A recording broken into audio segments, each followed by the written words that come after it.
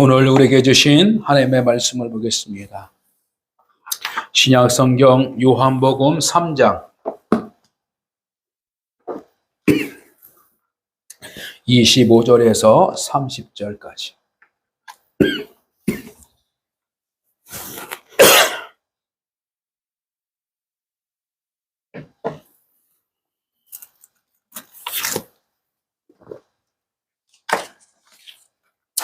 한 절씩 한 절씩 같이 교독하면서 읽겠습니다.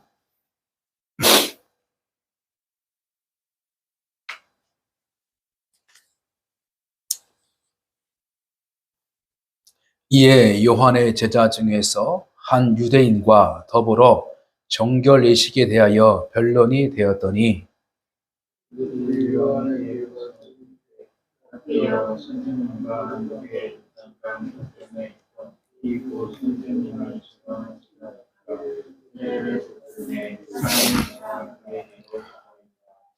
요한이 대답하여 이르되 만일 하늘에서 주신 바 아니면 사람이 아무것도 받을 수 없느니라.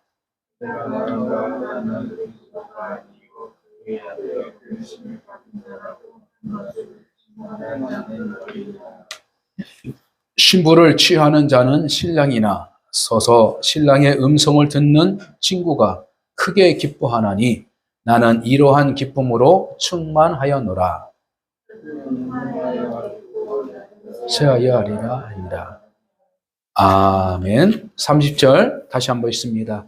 시작. 그는 흥하여야 하겠고 나는 쇠하여야 하리라 하니라. 아멘. 사랑하는 성도 여러분, 하나님께서 우리에게 생명에 대한 큰 기쁨을 주셨습니다. 그 생명의 기쁨을 가지고 무엇을 위하여 살 것인가, 그리고 어떻게 살아갈 것인가, 이것이 바로 삶이라고 할 수 있습니다. 그리고 이 삶, 이 자체를 풀어서 하면 살림과 같은 의미를 담고 있습니다. 그래서 우리가 삶은 살아가는 과정을 말하고 있는 것입니다. 그래서 그 과정은 어디에 기준을 두고 있느냐? 바로 미래에 두고 있는 것입니다.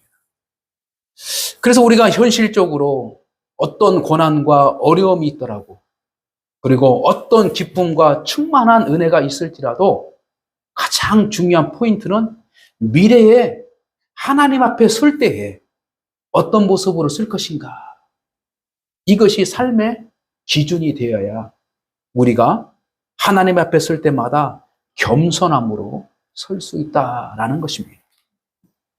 다시 말씀드려서 오늘 세례 요한의 신앙의 가치는 무엇인가라는 제목을 우리가 중심으로 하나님의 음성을 듣고 하나님께서 우리 공동체에 원하시는 신앙의 가치가 무엇인가라는 것을 다시 한번 세례 요한의 삶을 통하여, 그의 삶의 과정을 통하여 우리의 신앙의 모습을 살펴볼 수 있는 저와 여러분 되시기를 주님의 이름으로 간절히 축복합니다. 오늘 본문 내용을 보면은 바로 세례 요한의 제자들이 세례 요한을 찾아와서 선생님 이렇게 여쭈고 있습니다. 그럼 무엇을 여쭈냐? 그 배경을 보면은 바로 예수 그리스도께서도 세례를 베푸는 일들을 시작했습니다. 그래서 세례 요한을 통하여 세례를 받고, 그 다음에 예수 그리스도께서도 똑같이 말씀을 전하면서 세례를 베풀고 있었어요. 자, 그 말이 22절에서 24절까지의 짤막한 내용입니다. 그 후에 예수께서 제자들과 유대 땅으로 가서 거기 함께 유하시며 세례를 베푸시더라, 이렇게 말하고 있습니다. 그래서 세례 요한의 인생과 예수 그리스도의 인생은 한 세대를 같이 갖고 있었어요. 그리고 아주 정확하게 구별할 수 없는 상황이지만 그래도 예수님보다도 6개월 먼저 잉태를 하고 그리고 6개월 먼저 세상을 태어났습니다. 그리고 세례 요한도 하나님의 뜻 안에서 아이를 잉태하지 못하는 어머니를 통하여 하나님께서 잉태케 하셔서 바로 이 세상의 생명으로 태어나는 인물이었습니다. 그리고 세례 요한의 삶의 목적은 무엇을 두고 있냐면 하나님께서 계획을 가지고 계시는데 그 계획은 무엇이냐? 바로 예수의 사역을 준비하는 자로 이렇게 목적을 두고 있었어요. 그리고 6개월 후에 하나님의 거룩한 뜻 안에서 생명을 태어나서 살아가는 예수의 인생은 바로 하나님의 백성들을 회개케 하고 하나님의 백성들이 다시 구원을 받는 그 길을 우리 주님께서 목적을 두고 갔다는 것입니다. 그래서 예수 그리스도와 세례 요한의 관계는 항상 세례 요한이 약간 앞섰지만 그의 앞선 사역은 누구를 위하여? 예수 그리스도의 구원의 사역을 위해서 그가 다 했다라고 세례 요한은 말하고 있습니다. 그래서 세례 요한의 제자들이 찾아왔어요. 아니, 어떻게 된 일입니까? 예수님도 세례를 베풀고 있어요. 그런데 우리들에게 오는 사람들보다 더 많은 사람들이 예수님께 몰리고 있습니다. 그 얘기를 세례 요한의 제자들이 세례 요한을 찾아와서 오늘 묻는 거예요. 야, 얘들아. 이 일은 하나님이 허락하지 아니하면 그렇게 될 수 없다. 이렇게 말하고 있어요. 하나님의 거룩한 사역에 있어서 하나님께서 번영하게 하고 본질적인 하나님의 일을 해나가는 그 역사에 하나님께서 함께 하실 때에 그 일이 허락하시고 그 일이 온전한 길을 걸어가면서 하나님의 역사의 증거를 나타내기 시작하는 것입니다.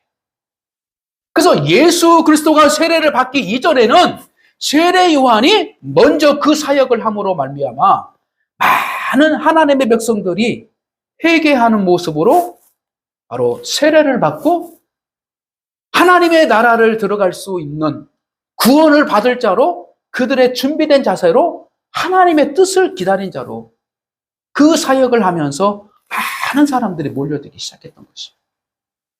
그래서 광야에서 하나님의 말씀을 전할 때에 도시에 있던 사람들, 삶의 어떤 타락과 그 세상 가운데 있는 사람들이 야, 이대로는 안 되겠구나. 하나님의 말씀을 들어야겠구나. 하나님의 뜻대로 살아가야겠구나. 하나님의 뜻대로 구원받기 위해서는 회개의 역사를 해야겠구나. 이런 일들이 많은 무리들이 어떻게요? 광야에서 애치던 하나님의 구원의 메시지를 듣는 사람들이 마음의 감동을 받고 회개함으로 하나님의 나라를 경험하는 일들이 많이 생깁니다.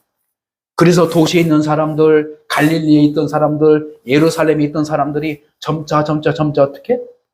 광야에 있는 세례 요한을 찾아간 거예요. 광야에서 있는. 그래서 세례 요한이 요단강가에서 세례를 베풀기 시작한 거예요. 그 가운데에 바로 예수 그리스도가 세례를 받고 바로 똑같이 하나님의 일을 청청청 해나가는 과정 속에서 이제 누구에게 사람들이 몰리냐? 예수 그리스도를 사랑하는 이렇게 몰리고 있어요. 그 광경을 보면서 세례 요한은 내가 할 일은 다 하고 있구나. 그 마음의 상태를 그 자기의 사역의 상태를 돌아보고 있었던 거예요. 그래서 자기가 이 땅에 태어나서 살아갈 이유, 그리고 세례를 베풀 이유, 하나님의 말씀을 전했던 이유, 그 모든 것은 누구를 위하여? 예수 그리스도를 위하여 그 일을 했다라는 것입니다. 그러므로 세례 요한의 신앙의 가치는 한마디로 무엇을 말하고 있는가라는 그 맥락에서 말씀을 살펴보면은 바로 겸손에 대해서 세례 요한은 신앙의 가치를 두고 있었다. 이렇게 말하고 있습니다. 세례 요한이 말하는 신앙, 세례 요한이 인생을 살아가는 모든 가치는 바로 예수 그리스도를 위한 겸손이 필요했던 것입니다. 할렐루야. 다시 말씀드렸어. 우리가 살아가는 모든 이유, 많은 사람들이 나를 향해서 칭송하고 박수치면서 인정했던 것, 그리고 나를 통해서 하나님의 말씀이 전가되면서 많은 사람들이 회개와 하나님을 만났던 것, 그리고 교회를 통하여서 하나님의 백성의 역사를 많이 나타난 그 순간, 그러나 하나님의 말씀을 듣는 순간, 예수 그리스도의 이름을 듣는 순간, 모든 것들은, 자신의 모든 것들은 겸손한 자세로 낮아지고 하나님의 영광을 드러낼 수 있는 그런 삶의 가치관을 가지고 살아가야 할 우리의 신앙의 모습이 필요하다라는 것을 오늘날 많은 그리스도인들에게, 그리고 교회들에게, 그리고 여기 모인 여러분들에게도 그러한 메시지를 하나님께서는 전하고 있다라는 것을 깨닫는 귀한 시간 되시기를 주님의 이름으로 간절히 축복합니다. 자, 그래서 세례 요한은 그 겸손한 삶을 위해서, 곧 그 겸손한 삶이 무엇이겠습니까? 바로 신앙의 가치를 두었는데, 그 신앙의 가치를 둔 것이 바로 예수 그리스도보다도 먼저 세상에 태어났지만 항상 주님이 나보다 먼저였다는 것을 증거하기 시작했던 것입니다. 그래서 우리가 인생에 있어서 먼저 태어난 사람들이 있겠죠. 그렇죠? 공경도 받고 존경할 만한 인물들도 많이 있어요. 그러나 중요한 것은 하나님의 메시지, 하나님의 사명을 가지고 살아가는 모든 것들이 세상의 기준이 된다라는 것을 믿으시길 바랍니다. 자, 이것을 잠깐 이해하면 어떻게 되냐면 두 가지의 포인트로 우리가 다시 한번 우리가 이해할 수 있어요. 세계적인 역사의 큰 기준이 되고 있는 그 연도, 기준은 바로 예수 그리스도였습니다. 그래서 예수 그리스도가 탄생한 그 날을, 그 연도를, 세계의 모든 연도를 기준 삼아서 예수 그리스도가 태어나기 이전, 예수 그리스도가 태어나신 이후의 삶으로 우리가 서기라는 그 명칭을 사용하여서, 기준을 사용해서 우리가 사용하고 있는 것입니다. 그래서 서기, 오늘날 몇이요? 2024년이에요. 예수 그리스도가 태어나신 그 날, 그 해를 중심으로 해서 2024년의 세월이 흘러가고 있어요. 근데 우리가 이만큼 흘러가는 가운데에서 세계의 시간과 세계의 역사를 기준 삼을 수 있는 인물이 누구냐면 바로 예수 그리스도다라는 것을 분명히 말하고 있습니다. 그래서 그 과거의 역사가 많이 있었습니다. 모세의 시대가 있었고요, 여호수아의 시대가 있었고요, 다 왕의 시대들이, 다윗의 시대가 있었고, 솔로몬의 시대가 있고, 엘리야의 시대가 있었고, 그렇죠? 다 시대가 있었어요. 다 시대가 있었는데 예수 그리스도가 이 땅에 태어남으로 말미암아 예수 그리스도가 중심이 되어서 다시 새로운 역사가 시작되기 시작한 거예요. 그것이 바로 은혜의 시대, 그리고 하나님의 나라의 시대가 분명하게 어떻게 해요? 발생되고 시작된 것이에요. 그래서 두 번째는 뭐냐면 우리가 신앙의 연조로 따라서 세상을 먼저 가는가, 앞서가느냐, 뒤에 가냐, 이 부분이 하나님의 영적인 시간이고 영적인 역사라는 것을 분명히 말하고 있는 것입니다. 그래서 인생을 60년 사신 분, 그리고 인생을 40년 사신 분이 있다고 세요. 그리고 항상 인생의 시간은 60년 사신 분이 앞서가는 거예요. 그렇죠? 앞서가는 거. 그래서 우리가 앞선 세대, 후세대, 그렇죠? 이렇게 말하고 있는 것이에요. 그런데 여기에서 예수 그리스도를 40년 사는 사람이 예수 그리스도의 은혜를 받고 하나님의 거룩한 백성으로 살아가는 자가 있고 하나님의 사명을 가지고 살아가는 자가 있단 말이에요. 자, 이렇게 살아가는 자가 있는데 성경의 역사를 보면 어떻게 해요? 뒤바뀌어진다는 거예요. 그래서 예수 그리스도를 사명을 가지고 있는 자들은 현재의 역사보다도 앞서가는 역사를 살아가는 거예요. 할렐루야? 그래서 예수 그리스도의 사명을 가진 자, 비전을 가진 자는 어디에 가치를 두냐? 미래의 가치를 두고 살아가는 거예요. 할렐루야? 미래를 가치. 미래에 하나님의 나라를 두고서 미래에 있을 하나님의 거룩한 상급과 미래에 있을 하나님의 그 나라를 위해서 삶의 가치관이 달라지기 때문에 역으로 하나님의 백성들이 세상 사람들보다도 앞서가는 거예요. 그래서 앞서가는 사람들이 세상 사람도 어떻게 해요? 섬길 수 있고 리더할 수 있는 영적인 분별력과 지혜를 주시는 거예요. 할렐루야. 그래서 다니엘 같은 사람들도 그 바사 제국의 엄청난 제국 안에 세상에 큰 문화를 만들고 큰 권력을 만들고 세계를 다스리는 그 가운데서도 다니엘이 총리가 되어서 그 나라의 수장이 된 거예요. 그리고 요셉 또한 애굽의 나라에서 그때 당시 세계를 지평하고 있는 그 막강한 세력과 그 막강한 문화를 이끌고 가고 있는 그 세대 가운데에 요셉이 그곳에서 리더하는 자, 오히려 애굽을 섬기는 자, 그런 사람을 바꾸시는 거예요.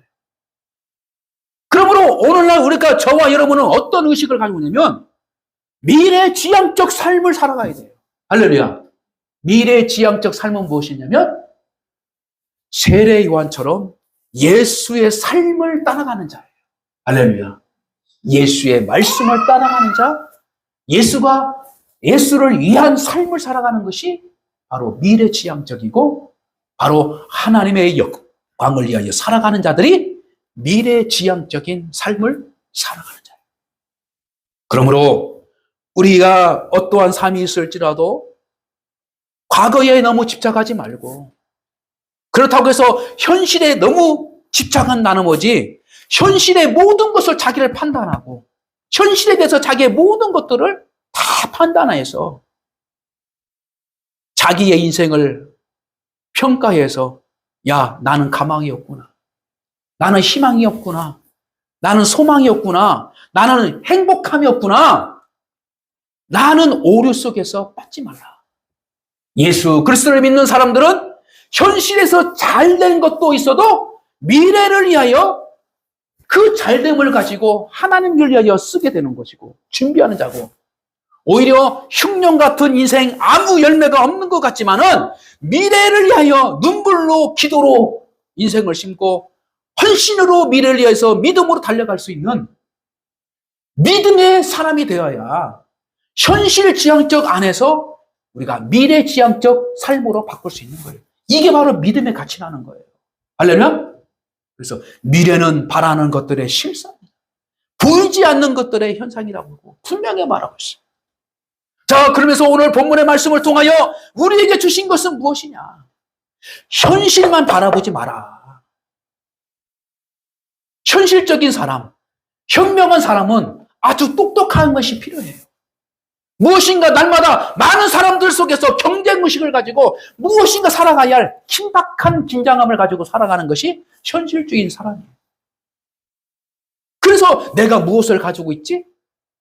내가 어떤 존재감을 가지고 드러나고 있지?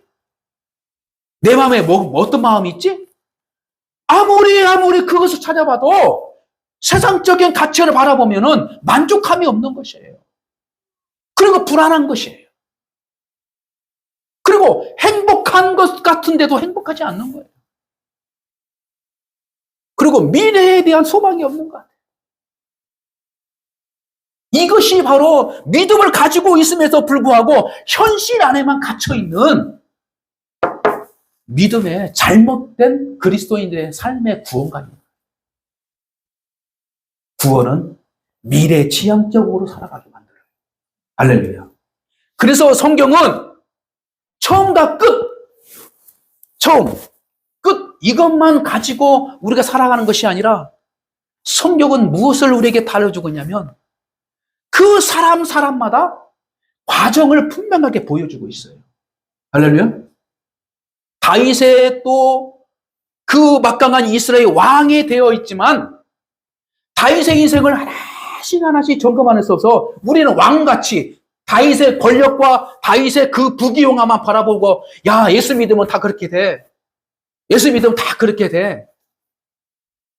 예수 믿으면 왜 이렇게 안 되지? 왜 열매가 없지? 그것만 보고 있는 것. 그것이 아닙니다. 신앙은 성경을 통해서 우리에게 가르쳐주고자 하는 것은 과정을 보여주고 있어요. 과정. 그래서 그 과정마다 세상적인 유혹에서 이겼던 다윗. 그 과정마다 엄청난 어려움 가운데 살아가는 요셉도 그 과정을 믿음으로 이겼던 것. 유혹을 이겼던 것.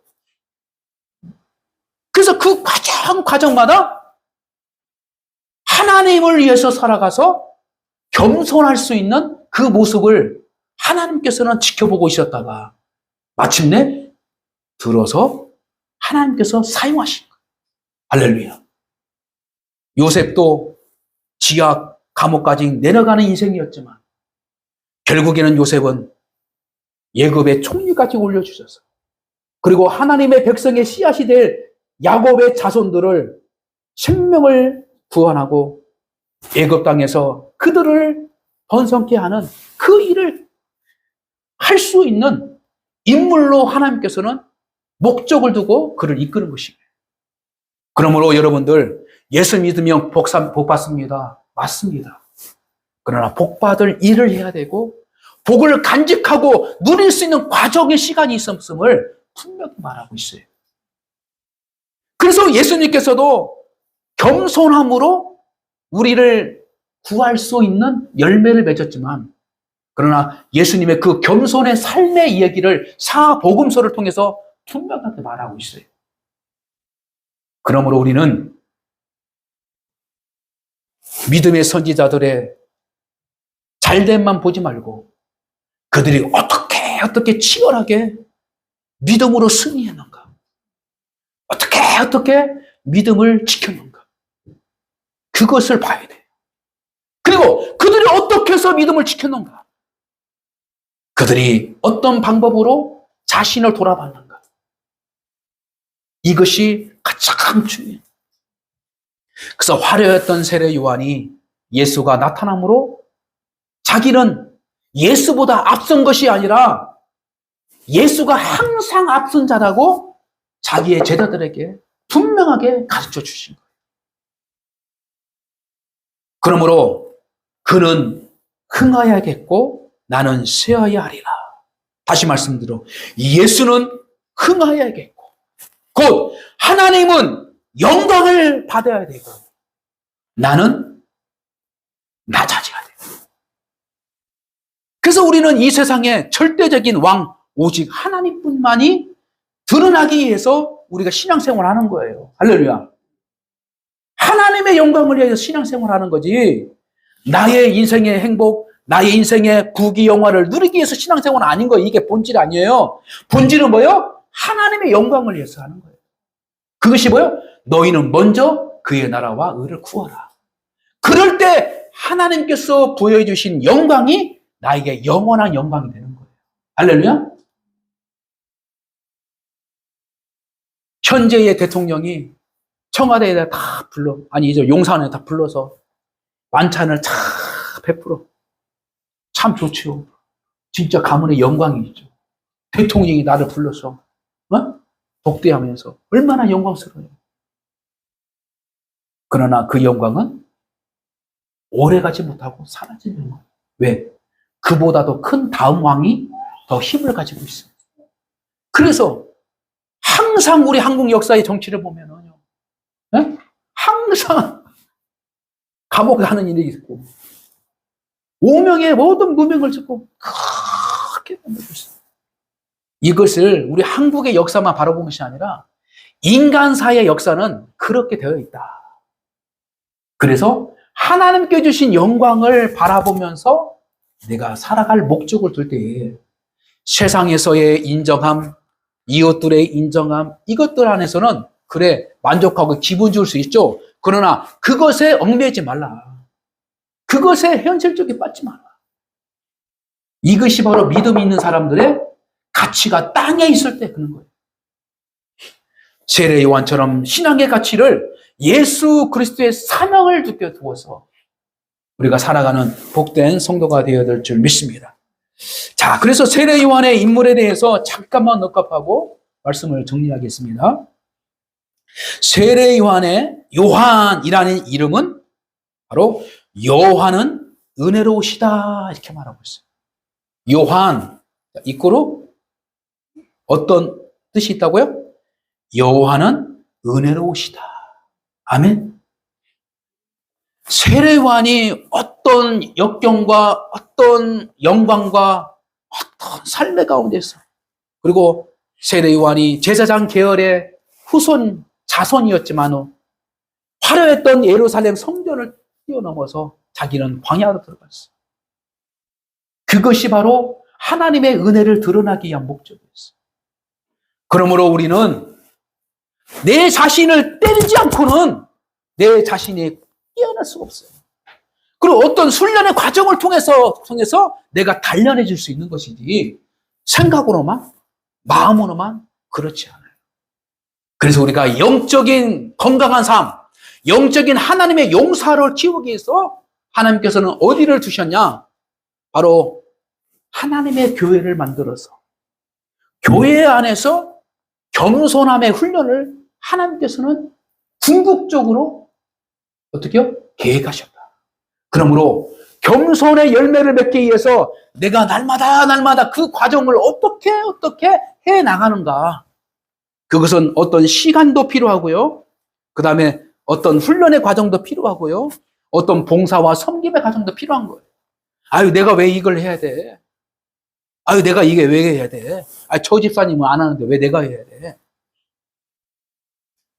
어? 그래서 하나님의 공동체는 뭐냐면 하나님께 내 자신에서 하나님의 영광을 드러나기 위해서 끊임없이 영적인 낮아짐의 훈련을 받기 위한 곳이라는 거예요. 그리고 그 낮아짐의 훈련의 도구는 뭐냐? 하나님이 직접 통치하신다. 할렐루야. 그것이 바로 교회의 주인 되신 예수 그리스도다. 말씀으로 그리고 우리의 영성의 훈련을 통하여 바로 하나씩 그 자리에 서도록 만들 것인 거예요. 자, 그래서 우리 교회가 하나님의 은혜를 받은 자로서 하나님의 일을 하나씩 우리가 순종된 모습으로 훈련돼 나가는 그 모습들이 있을 때에 여러분들의 모습 속에서 누군가가 나의 영향력을 받아서 또다시 하나님의 사람으로 세워줄 수 있는 것입니다. 그래서 여러분들이 내 자신을 잘 돌아봐서 정말 내가 하나님의 영광을 위해 살아가고 있는가? 내가 정말로 하나님 앞에 겸손하며 살아가고 있는가? 이것을 늘 물어보고 점검해 볼 수 있는 것이 바로 예배의 자리고 교회 믿음의 공동체의 훈련의 자리예요. 그래서 무엇인가 자기를 드러내고자 하는 그 믿음의 공동체가 아니라 하나님의 영광을 드러내는 교회가 될 때에 세상 사람들이 그 영광을 보면서 교회에 관심을 갖고 교회에 들어와서 하나님을 만날 수 있는 그런 은혜가 되는 것입니다. 안타깝게도 교회 안에 하나님의 영광이 사라지는 교회들이 하나씩 말세지만에 지금도 나타나고 있는 걸 보게 되는 거예요. 사람의 숫자가 문제가 아닙니다. 그 많지 못한 교회들이 하나씩 사라져요. 그리고 애국에 있는 어떤 선지국에 있는 교회들도 그 화렸던 교회, 지금 가면 어떤 관광 상업으로 어떤 코스를 보려는 교회들이 있어요. 그러나 사람이 없어요. 사람. 그래서 교회 건물이 교회가 아니라는 거예요. 교회 건물은 하나님의 백성들이 함께 모여서 하나님의 훈련을 장수 있는 곳인데 그 안에 주님이 없으면 건물은 있어도 주님이 없으면 다 흩어지게 돼 있어요. 흩어지게 돼 있어요. 다시 말씀드려서 우리 교회가 다시금 하나씩 몰려들고 내 자신이 쓸 수 있는 그 이유는 여러분들도 저도 마찬가지고 하나님의 영광을 생각하고 신앙의 가치를 하나님의 영광에 죽는 거예요. 할렐루야. 그리고 하나님의 영광을 위하여 내 현실적인 모든 것들을 하나님 입장에서 나를 판단하지, 내 입장으로 내 자신을 평가하지 말고, 누구의 눈으로 나 자신을 평가하지 말고, 오로지 하나님의 마음으로 나를 바라보시는 하나님의 은혜의 그 음성과 은혜의 손길을 마음속에 잘 간직하고 살아가는 성도와 되어야 될 줄 믿습니다. 자, 그러므로 구체적으로 이 세례 요한은 자기 일에 충실한 자세로 살아갔다. 기억하세요? 세례 요한은 자기 일에 대해서 충실한 자세로 살아갔어. 누가 뭐라 해도 내가 할 일은 한다. 자기 일에 충실과 책임감을 가지고 하나님의 영광을 했습니다. 쉽진 않든지만 세례 요한은 그 일을 했다는 거예요. 그리고 두 번째, 헤롯 왕이 불법자라는 것을 드러냈어요. 그 당시에 로마 제국의 그 경권 아래서 유대 땅을 다스리던 이 분보왕 헤롯 왕을 불법자라는 것을 분명하게 드러냈어요. 세 번째, 그 당시에 유대 종교, 정치 모든 것들이 바로 부패함을 위해서 세례 요한은 그 일을 감당했어요. 마지막으로 자신이 겸손함으로 예수 그리스도가 드러나기 시작했어요. 할렐루야.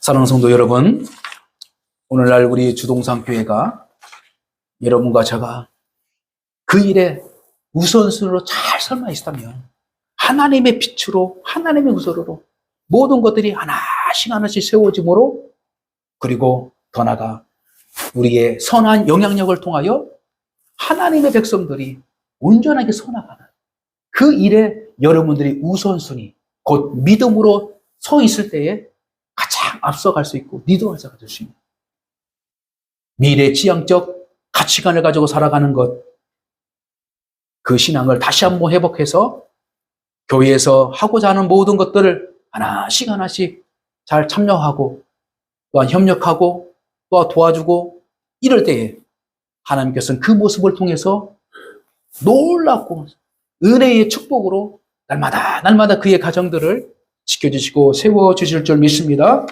그러므로 신앙의 가치는 누구? 세례 요한을 통하여 분명하게 나타난 것은 바로 겸손, 그 겸손으로 말미암아 예수 그리스도의 신앙의 가치가 드는 거예요. 그러므로 오늘 또 한 주간에 저도 마찬가지고 여러분들 앞에서 겸손함의 무엇을 세례 요한을 통해서 다시 한번 기억하고 승리하는 복된 시간 되시기를 주님의 이름으로 간절히 축복합니다. 기도합니다. 전능하신 하나님 아버지, 진심으로 감사와 영광을 올려드립니다. 세례 요한의 신앙의 가치가 예수 그리스도의 삶과 예수 그리스도의 사역을 드러나는 겸손의 가치 있음을 깨닫게 도와주신 거 감사합니다. 현실에 매몰되지 않는 신앙 되게 도와주셔서 오직 하나님의 영광된 미래적